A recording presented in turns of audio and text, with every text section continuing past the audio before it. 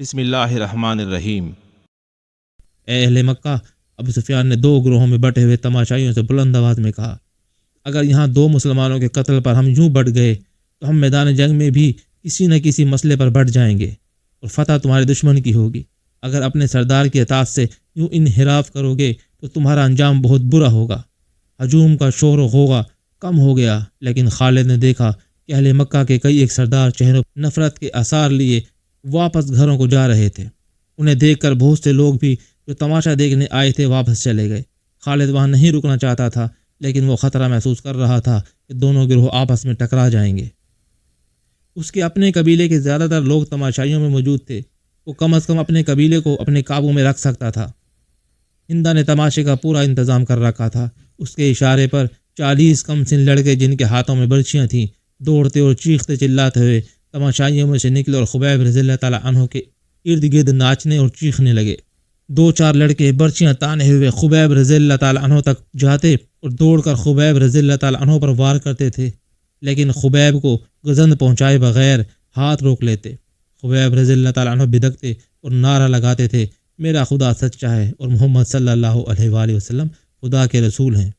چند اور لڑکے اس طرح برچیاں تان کر ان پر ہلہ بولتے جیسے خبیب رضی اللہ تعالیٰ عنہ کے جسم کو چھلنی کر دیں گے، لیکن وار کر کے وار روک لیتے۔ خبیب رضی اللہ تعالیٰ عنہ کے بدکنے پر تماشائیوں کا ہجوم داد و تحسین کے نعرے اور کہے لگاتا۔ لڑکوں کا یہ کھیل کچھ دیر جاری رہا۔ اس کے بعد لڑکوں نے یہ طریقہ اختیار کیا کہ برچی کا وار بڑی زور سے کرتے، لیکن خبیب رضی اللہ تعالیٰ عنہ کے جسم پر اتنا سا وار لگتا کہ برچیوں کی انی کھال میں ذرا سی اتر کر پیچھے جاتی۔ بہت دیر تک یہی کھیل چلتا رہا۔ تماشائی داد و تحسین کے نعرے اور خبیب رضی اللہ تعالیٰ عنہ اللہ اکبر محمد رسول اللہ صلی اللہ علیہ وآلہ وسلم کے نعرے بلند کرتے رہے۔ خبیب رضی اللہ تعالیٰ عنہ کے کپڑے خون سے لال ہو گئے تھے۔ ابو جہل کا بیٹا اکرمہ ہاتھ میں برچھی لیے ان لڑکوں کے پاس جا پہنچا اور انہیں ہدایات جاری کرنے لگا۔ لڑکے اب اپنی برچیاں خبیب رضی اللہ تعالیٰ عنہ کے جسم میں چبو رہے تھے اور گول دائرے میں گھومتے اور ناچتے تھے۔ خبیب کے جسم کا کوئی بھی حصہ ایسا نہ رہا جہاں برچی نہ چبھی ہو اور وہاں سے خون نہ ٹپک رہا ہو۔ ان کے چہرے پر بھی برچیاں ماری گئیں۔ جب بہت دیر گزر گئی اور لڑکے ناچ کر اور برچیاں چبو کر تھک گئے تو اکرمہ نے لڑکوں کو وہاں سے ہٹا لیا۔ خبیب رضی اللہ تعالیٰ عنہ خون میں نہائے ہوئے تھے اور ابھی زندہ تھے اور ہر طرف دیکھ رہے تھے۔ ان کے نعروں میں کمی نہیں آئی تھی۔ اکرمہ ان کے سامنے کھڑا ہو گیا اور برچی تان کر خبیب رضی اللہ تعالیٰ عنہ کے سینے میں اتنی زور سے ماری کہ فاصلہ کم ہونے کی وجہ سے برچی خبیب رضی اللہ تعالیٰ عنہ کے جسم سے پار ہو گئی۔ خبیب رضی اللہ تعالیٰ عنہ شہید ہو گئے۔ ان کی لاشیں یہیں بندھی رہنے دو۔ ہندا کی گرجدار آواز سنائی دی، اب کئی دن ان کی لاشوں کے گلنے سڑنے کا تماشا دیکھتے رہو۔ یہ واقعہ جون 625 عیسوی کا تھا جو خالد کو یاد آ رہا تھا۔ اس نے اپنے دل میں درد کی ٹیس محسوس کی۔ خبیب رضی اللہ تعالیٰ عنہ اور زید رضی اللہ تعالیٰ عنہ کے قتل نے قریش کے سرداروں میں اختلاف کا بیج بو دیا تھا۔ جس طرح ان 2 مسلمانوں نے آخری وقت نماز پڑھی اور اسلام سے نکل آنے پر موت کو ترجیح دی تھی، اس نے قریش کے کئی سرداروں پر گہرا اثر چھوڑا تھا۔ خود خالد نے اگر اسلام کی نہیں تو خبیب رضی اللہ تعالیٰ عنہ اور زید رضی اللہ تعالیٰ عنہ کے دل میں بہت تعریف کی تھی۔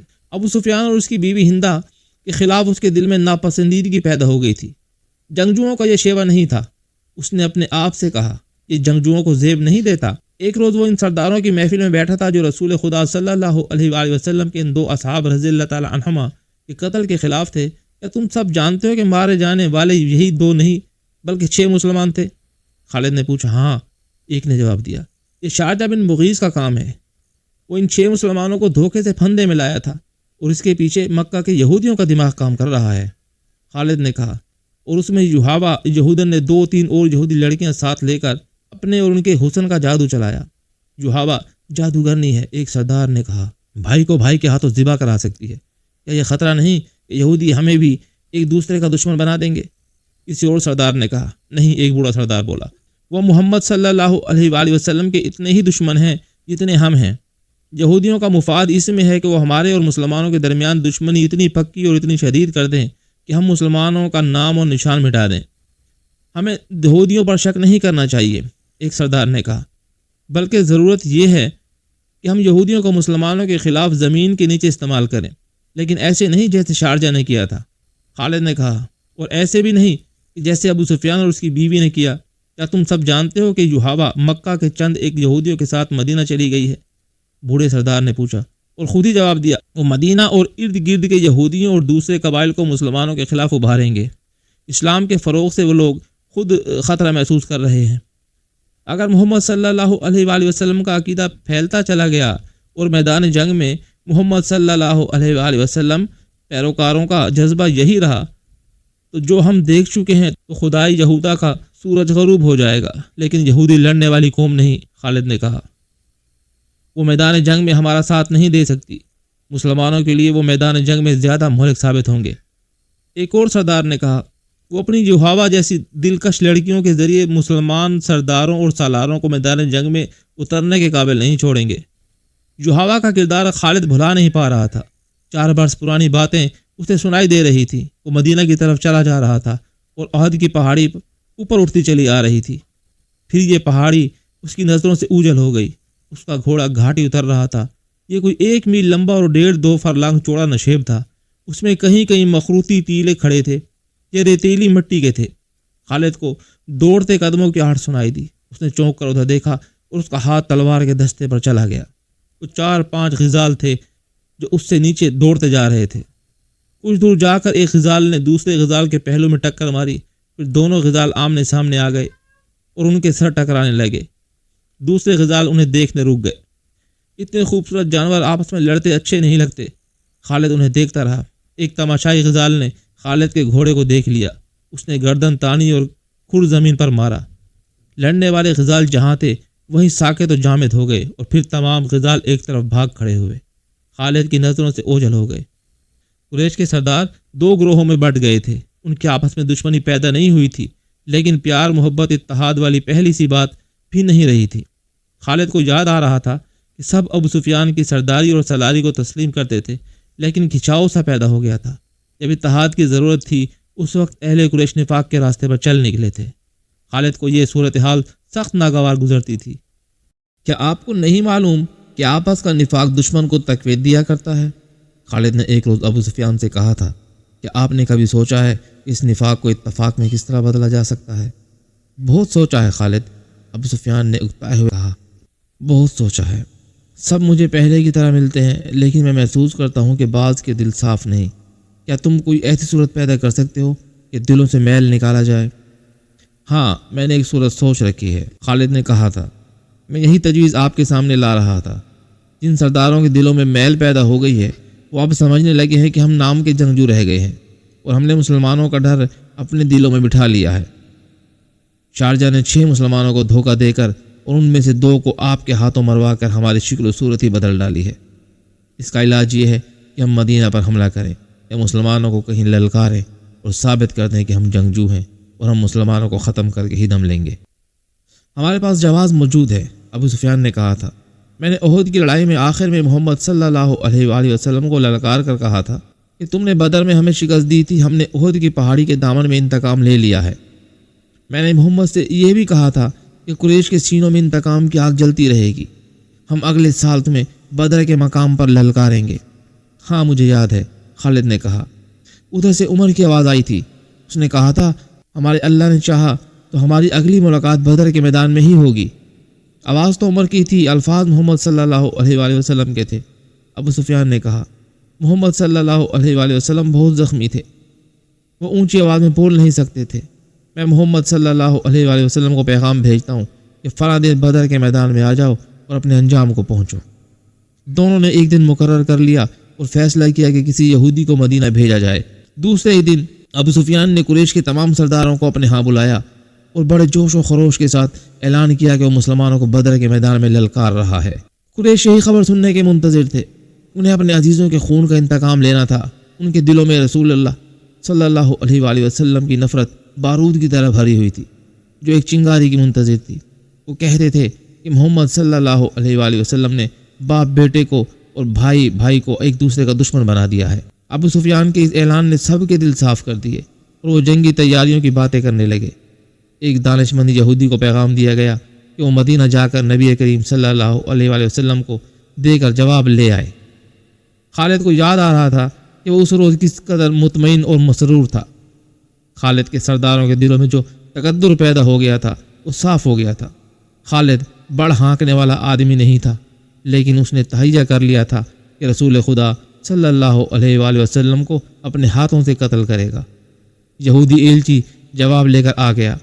رسول اللہ صلی اللہ علیہ وآلہ وسلم نے ابو سفیان کی للکار کو قبول کر لیا تھا۔